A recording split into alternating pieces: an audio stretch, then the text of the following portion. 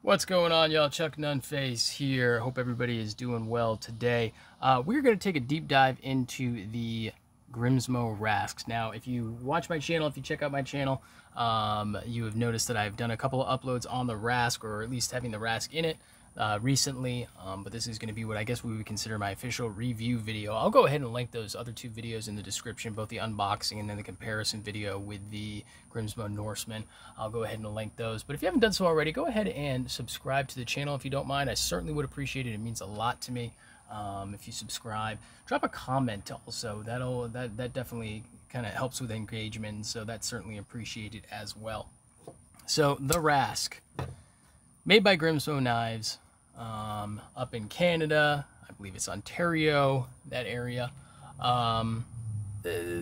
Essentially, Grimsmo has had a reputation for several years of just being precision tools, precision made, highly respected company, just making really top shelf, top end, top of the line knives for people who are really just looking for what, or at least the pursuit of finding the best. You know, what's the best?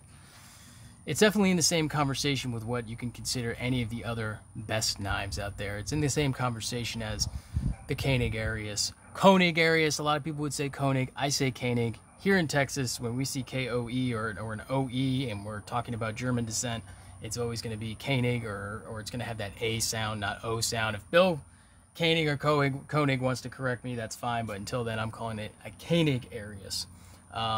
A Holt manufacturing, which I've never handled myself, but I hear they look very good. They look like the action is quite similar to the Grimsmo action. Shirogorov knives, the higher end Shirogorov, certainly, and knives of that caliber and that class. You can definitely throw the Grimsmo Norseman into that same conversation. And arguably, we could say that, you know, with the introduction of the Norseman, I believe in 2016, 12, something like that. You go ahead and check out their page, and they'll clarify that. A little Google foo will clear that up. They may have been even really the first to just make these absolutely precision machined drop shut knives and really get famous for it. Now, let's go ahead before I get too deep into it. We'll do some size comparisons. So it does have a 3.5 inch blade. It weighs about 3.4 ounces, I believe. And it's a very svelte profile, as you can see right there. It's very thin. It's not bulky in the pocket or anything like that. But yes, I'm getting ahead of myself. Some size comparisons. There it is right there with its older brother, the Grimsmo Norseman. Here it is with the Ontario Rat model number 1. Let's see. We have the Spyderco Native 5 right there, so it's going to be bigger than the Native 5, a little smaller than the Rat 1. However, still having that same 3.5 inch blade. So it packs a 3.5 inch blade into a smaller package. So efficient use of space right there. So let's see what else we got. We got kind of a big boy right there in the Strider SMF. Another bigger knife, Buck 110. Try to do size comparisons with knives that people are somewhat familiar with, generally speaking. Not, you know, really obscure knives or anything like that. I think it's probably more helpful. And then it's also going to be a little bit smaller than the very good, very awesome Spartan Knives Heartsea Folder. Spartan Heartsea Folder, great knife. Really thin profile, like I was saying. Considerably thinner than the Spartan Heartsea Folder in just about every regard. As you can see right there, very thin blade, thin overall profile, less than half an inch. Certainly going to be thicker than your Buck 110, which is just the thick boy. It's almost twice as thick. And there, you know, up against the FRN Native 5, it's even going to be thinner than that. All titanium construction. Everything is made in-house by Grimsmo. They have different types of milling machines. I definitely recommend checking out their YouTube channel, and they can kind of go into everything that they've got. It's certainly really, really interesting. But yeah, they do everything with the exception of, what on their knives don't they make in-house? Oh, the ball bearing detents. That's pretty much the only thing they don't make in-house. They get those shipped in, and you know, John Grimsmo even has a video just on the ball bearing detents and how their process for selecting those. It goes in and they just get the absolute best ones. They're the most expensive bearings. They're pretty much top notch all the way around. This is made of the blades on almost every Grimsmo is going to be RWL 34, which is a CPM 154 analog, made by Bohler Unholm, as opposed to Crucible.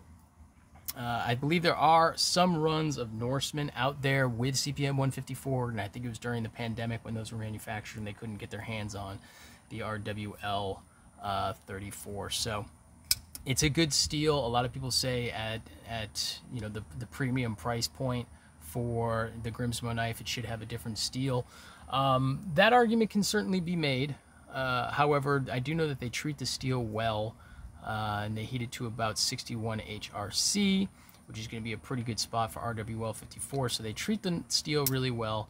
Now, you know, would we like to see something like S90V, or I'm sure most of the knife community would want to see Magna Cut at this point? Yeah, maybe.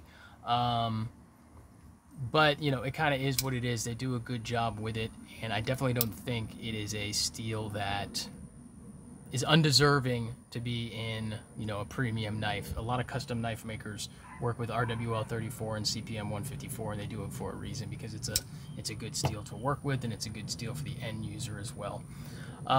This particular one is anodized purple. It's called plum anodization, and it also has really nice fine streamlined milling across the entire surface, including the pocket clip of the external scales, and then beautiful deep milling pockets on the inside of the scales, and it even has matching milling lines on everything. That's streamlined milling, and it has that on the inside of the pockets as well. Tons and tons and tons of just attention to detail with these knives. It's really pretty impressive the amount of detail that they put into these when they're making them. They've got little etchings and little engravings and everything else that are done on their Kern milling machine everywhere. It's got, I don't know if it's going to come out on camera, but it's even got Grimsmo knives on the inside of the pocket clip. It's got the born on date on the inside of the scale, which you probably, and I don't have my flashlight on me, probably won't be able to see, but it's got just all those little details that just, they take time and they take effort, and I think they put it into that extra category.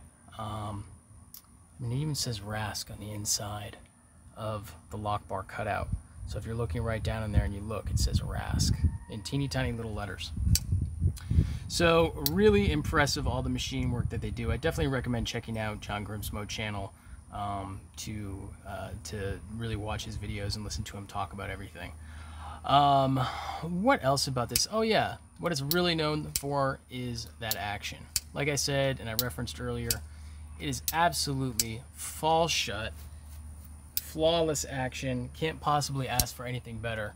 Now I don't use, you know, drop shut action as really as a metric that I use to say if a knife's good or not, but you know, bearings make things extremely forgiving. All right, and it's not too hard to make a knife that falls shut using ball bearings.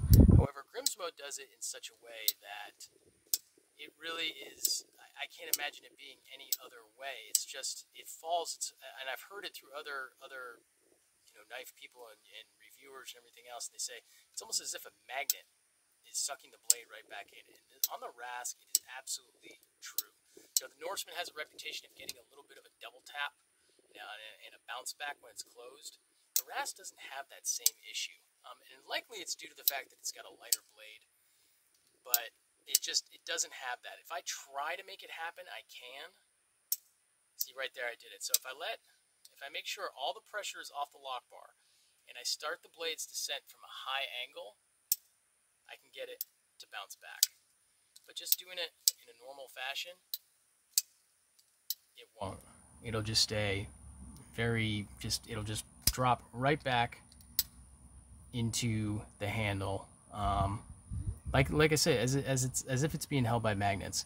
The deployment, the detent is excellent on this. The ceramic detent ball is flattened. It's press fit in there, and it's also flattened, so it's got more surface area to contact. It has a detent ramp within the blade itself, so I mean, it really just drops in and just falls shut, and it's just never an issue.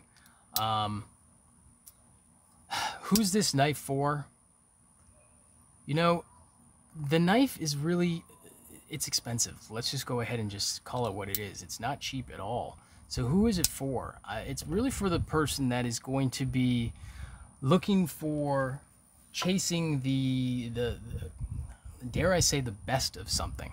And they're really looking to try that flavor of, you know, the best production, the best manufacturing out there that you can get, certainly in a production knife. Is it the absolute best? I can't say that for sure. But I do know that, you know, Grimsmo knives, they strive for perfection. They deliver a product that really, for all intents and purposes, I can't imagine being a heck of a lot better. Now, are you going to get your money's worth out of something like this as opposed to a knife that costs you know, $200, $250, something like that? Maybe you will, maybe you won't. I mean, you're certainly going to see diminishing returns. It's not going to be exponentially better than those knives in the sense that, you know, and from cutting performance or just materials used or anything like that, but certainly through the absolute refinement and precision manufacturing, and, you know, you take it apart, you put it back together. It's very simple to do. Super flat surfaces, super tight tolerances. I mean, he deals in hundreds and thousands and millionths of an inch when he's making these on the machines. When John Grimsmo is making these, and his brother Eric, and they're assembling everything. So they really do deal with really tight tolerances. So, I mean, you're really seeking, if you're seeking to get an example of something that might be considered the best, Grimsmo Knives is probably a company that you want to look at. Other than that, there's really not a whole lot more I want to say about this knife.